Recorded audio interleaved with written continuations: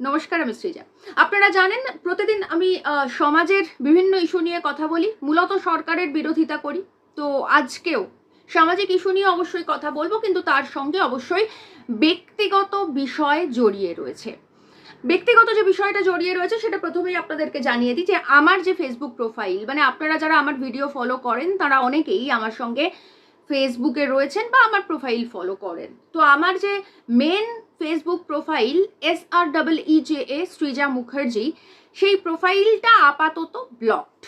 এবং ফেসবুক আমাকে যে নোটিফিকেশন দিয়েছে এবং মেল পাঠিয়েছে সেখানে লিখেছে যে আমি এতটাই দেশবিরোধী কথাবার্তা বলেছি, তার জন্য 180 দিন ওরা সময় নিচ্ছে আমার প্রোফাইলটা রিভিউ করার।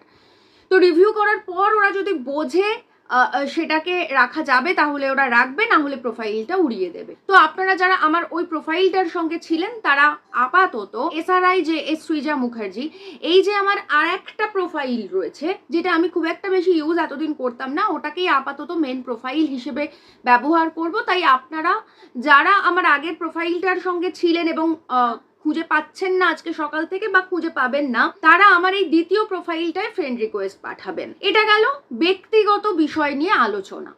এবার আসছি সামাজিক বিষয় নিয়ে আলোচনায়। সেটা হচ্ছে যে এই যে আমার প্রোফাইল ব্লক করে দেওয়া হয়েছে এবং সেটা যখন আমি আমার এই দ্বিতীয় প্রোফাইলটায় জানিয়েছি মানুষকে, সেখানেও আমি বলেছি যে যারা আমার আগের প্রোফাইলটায় ছিলেন তারা আপাতত এখানেই ফ্রেন্ড রিকোয়েস্ট পাঠান, কারণ আমি এখান থেকেই পোস্ট করব।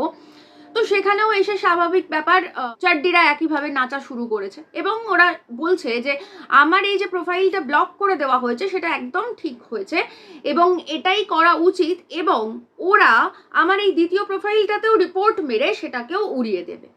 এখন দেখুন, বিষয়টা হচ্ছে যে আমি রাষ্ট্রশক্তির বিরুদ্ধে লড়াইতে নেমেছি। তো আবার সেটা একা, আমার না কোনো সাপোর্ট আছে, না কোনো টিম আছে, না কোনো হেল্পিং হ্যান্ড আছে। আমি একা একটা রাষ্ট্রশক্তির বিরুদ্ধে যদি লড়াইতে নামি, তো তাহলে বুঝতে হবে যে আমি সেই মানসিক প্রস্তুতি নিয়েই নেমেছি যে যে কোনো মুহূর্তে আমার যে কোনো ক্ষতি হতে পারে। তো আমি যতখানি বড় বড় ক্ষতি আশা করে রেখেছিলাম সেই তুলনায় আপাতত এই ফেসবুক উড়িয়ে দেওয়াটা অনেক কম ক্ষতি বলেই আমার মনে হচ্ছে। তাই যেটা হয়েছে সেটা নিয়ে আমি খুব একটা বেশি বদার্ড নয়। কিন্তু আমার এই চাড্ডিদের বুদ্ধি দেখে একটু ভয় লাগছে, মানে আমি একটুখানি শঙ্কিত। তার কারণ হচ্ছে এই যে ফ্রিডম অফ স্পিচকে আটকানো হচ্ছে, সেটার জন্য যে চাড্ডিরা এখন নাচছে, যে চাড্ডিরা এখন আনন্দ করছে, ওরা বুঝতে পারছে না যে এই যে কোপ, এটা কিন্তু আগামী দিনে ওদের ওপরেও পড়তে চলেছে। আর এটাই স্বাভাবিক, এটাই একটা ফ্যাসিস্ট রাষ্ট্রের বৈশিষ্ট্য। কারণ আমরা ইতিহাস জানি, সেই একই কথা আবার ঘুরে ফিরে বলতে হয় যে আমরা হিটলারের ইতিহাস জানি। আমরা জানি হিটলারও প্রায় 43% ভোট নিয়ে ক্ষমতায় এসেছিল। এ রাজ্যে বিজেপি 45% ভোট নিয়ে ক্ষমতায় এসছে, প্রায় একই রকম। আমরা জানি হিটলার গোয়েবেলসকে ফিট করেছিল মিথ্যা খবর ছড়ানোর জন্য, এবং যে কেউ, যে কোনো ব্যক্তি বা সংস্থা হিটলারের বিরুদ্ধে কোনো কথা বললে তাদের গলা টিপে দেওয়া হতো, তাদের ফ্রিডম অফ স্পিচে আঘাত হানা হতো, তাদের মুখ বন্ধ করিয়ে দেওয়া হতো, তাদের চুপ করিয়ে দেওয়া হতো। তো সেই একই প্রসেস এই চাড্ডি বাহিনীর ক্ষেত্রে, এটা তো আমরা আগে থেকেই জানতাম। কিন্তু আমার যেটা আশ্চর্য লাগে সেটা হচ্ছে যে যারা পয়সার বিনিময়ে এগুলো করে আমি তাদেরকে দোষ দিই না, কারণ বিজেপির সরকার ক্ষমতায় আসার পর থেকে 2014 সালের পর থেকে ভারতবর্ষে সেভাবে কোনো কর্মসংস্থান তৈরি হয়নি। এমনকি একটা রাম মন্দির তৈরি হয়েছিল, সেখান থেকেও টাকা লুট হয়ে গেছে। তো সেক্ষেত্রে ওরা যদি পয়সার বিনিময়ে এটা করে থাকে তাহলে আমি সেটাকে সাপোর্ট করি। সত্যি পেট তো চালাতে হবে, আর বামপন্থী হিসেবে অন্যের দায়িত্ব নেওয়াটাও আমার একটা দায়িত্ব। তো সেক্ষেত্রে ঠিক আছে, কিন্তু যারা শুধুমাত্র বিজেপিকে সাপোর্ট করার জন্য এটা করেন তারা আসলে বুঝতে পারে না একদিন তাদেরও মুখ বন্ধ হতে চলেছে। আর সেই কারণের জন্যই সব সময় গণতান্ত্রিক পদ্ধতিতে বা গণতন্ত্রে বিরোধীদের পরিসর দিতে হয়। আর বিরোধীদের পরিসর না দিতে চাইলে প্রতিবার ফ্যাসিস্টরা যেভাবে হেরে যায়, এবারেও সেই একইভাবে ফ্যাসিস্টরা হেরে যাবে, আমরা জানি।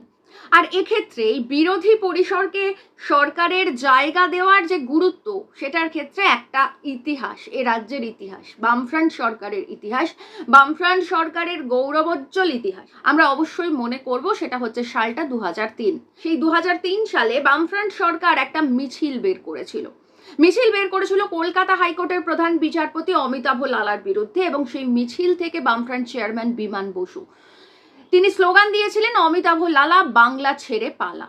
কেন এই স্লোগান দিয়েছিলেন তিনি? তার কারণ হচ্ছে হাইকোর্টের তৎকালীন প্রধান বিচারপতি অমিতাভ লালা একটা রায় দিয়েছিল, সেটা হচ্ছে যে ওয়ার্কিং ডেজে মানে কাজের দিনে সকাল 8টা থেকে রাত 8টা পর্যন্ত কোনো মিছিল করা যাবে না। আর এর বিরুদ্ধেই গর্জে উঠেছিল বামফ্রন্ট সরকার।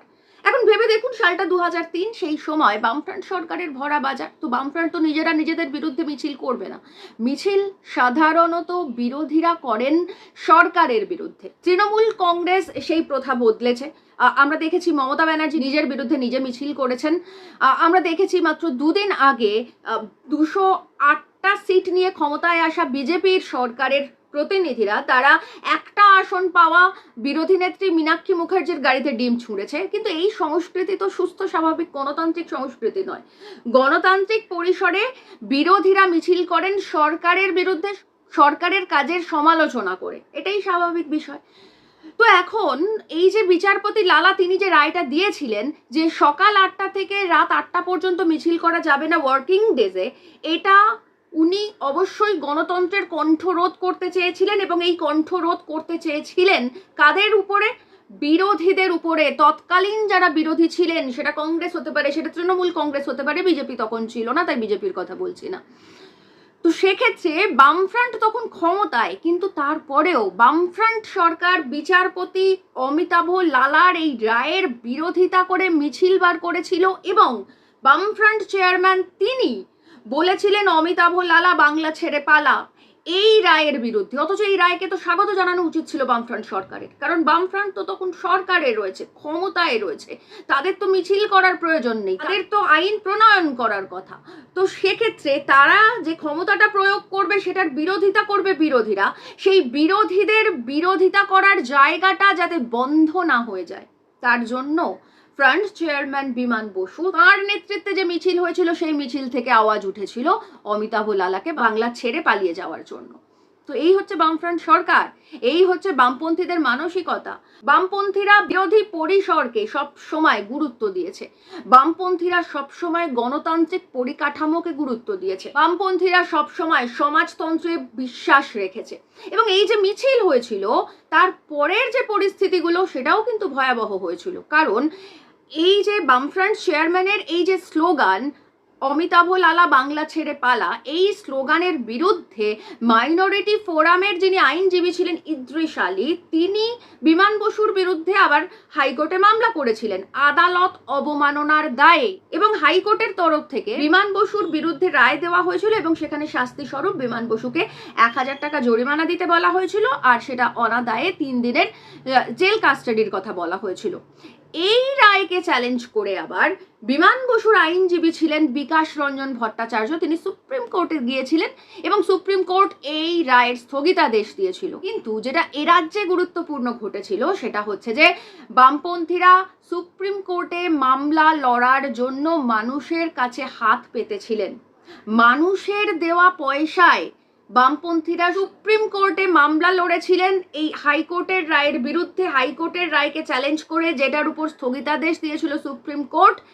এবং শুধু সেটাই নয়, এই যে মামলা, এর গুরুত্ব এতটাই বেশি হয়ে গিয়েছিল গোটা রাজ্য জুড়ে যে এই অমিতাভ লালাকে শেষ পর্যন্ত এই রাজ্য থেকে সরিয়ে দেওয়া হয়েছিল 2005 সালে। তো বামপন্থীরা শুধুমাত্র বিরোধীদের গলার স্বর, গলার আওয়াজ যাতে চাপা না পড়ে যায় তার জন্য বিচারপতি অমিতাভ লালার বিরুদ্ধে মিছিল করেছিলেন। বিরোধীরা মিছিল করবে, বিরোধীরা প্রতিবাদ আন্দোলন করবে, তার কারণ হচ্ছে বামপন্থীরা জানতেন যে তাঁরাও একদিন বিরোধী হবে। পৃথিবীর যে কোনো শক্তি যারা আজকে শাসন ক্ষমতায় রয়েছে, যারা আজকে রাষ্ট্র শক্তিতে রয়েছে, তারা একদিন বিরোধী হবে। এবং এই যে দমন পীড়ন, এই যে শাসন, এই যে অন্যায়, তারা যদি আজকে সেটার প্রেসিডেন্ট সেট করে যায় তাহলে একদিন তাদের বিরুদ্ধেই এগুলো প্রয়োগ করা হবে।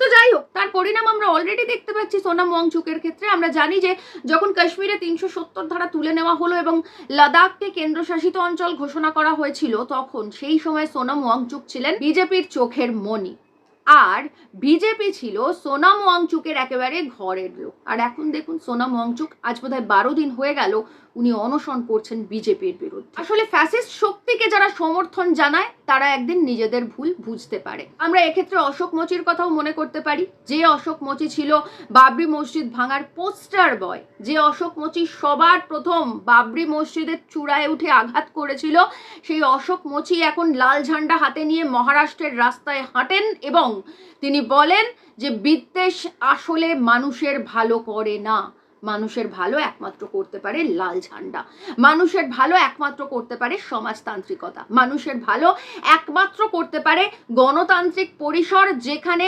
শাসকের পাশাপাশি বিরোধীদেরও সমান অধিকার থাকবে। তো যাই হোক, এতগুলো কথা বলতে হলো কারণ আপাতত আমার মেন যে Facebook profile SREEJA Srija Mukherjee, সেটাকে সাসপেন্ড করা হয়েছে, সেটাকে রিভিউ করবে বলছে ফেসবুক বা মেটা। তো সেটা আর ফেরত পাবো কিনা আমার জানা নেই। আপাতত SREEJA সৃজা মুখার্জি যে প্রোফাইলটা সেটা চালু রয়েছে। আপনারা যারা আমার পুরনো প্রোফাইলটার সঙ্গে ছিলেন তারা অবশ্যই আমার নতুন প্রোফাইলটায় ফ্রেন্ড রিকোয়েস্ট পাঠাবেন এবং সঙ্গে থাকবেন। আগেরটায় যেমন সঙ্গে ছিলেন এটাতেও তেমনই সঙ্গে থাকবেন।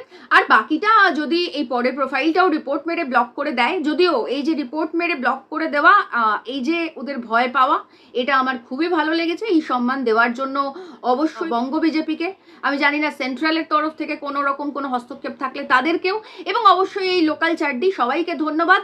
এই দ্বিতীয় প্রোফাইলটাও যদি রিপোর্ট মেরে ব্লক করে দেয় তাহলে আমি কথা দিচ্ছি এই শহরের প্রতিটা দেওয়ালে, প্রতিটা ইট কাঠ পাথরে সরকারের বিরোধিতার কথা লিখে রাখবো। আটকাতে পারলে আটকে দেখাক।